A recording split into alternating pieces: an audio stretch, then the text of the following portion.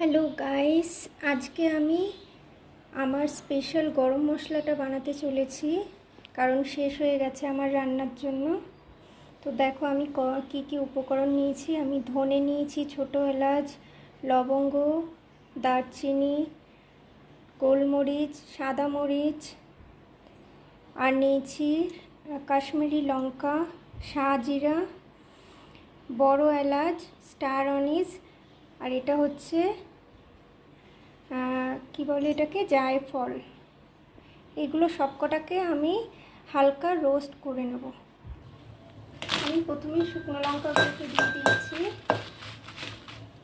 এটা হালকা রোস্ট হতে হতে আমি ধনেটা দিয়ে দেবো। আমি ধনেটাও অ্যাড করে দিয়েছি, খুব বেশি আমি ভাজবো না।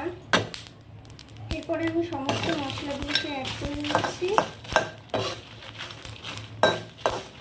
হালকা ফ্রাই করবো, মানে ড্রাই রোস্ট করবো।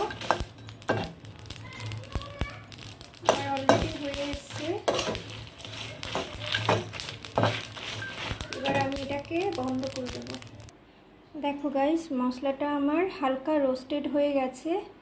এবার এটা ঠান্ডা হলে আমি মিক্সার জারে পুরো মশলাটাকে বেটে নেব। গাইস, আমার মশলাটা রেডি হয়ে গেছে, দেখতেই পাচ্ছ। এই মশলাটা বিরিয়ানি মশলা বলতে পারো, বিরিয়ানি করার সময় এটা ইউজ করতে পারো, পোলাও, বিরিয়ানি আর মাংস বা যাবতীয় যেখানে গরম মশলা লাগে। একবার ট্রাই করে দেখো আর আমাকে জানিও। ভালো লাগলে নিশ্চয়ই একটা লাইক আর কমেন্ট করো। Thank you for watching guys.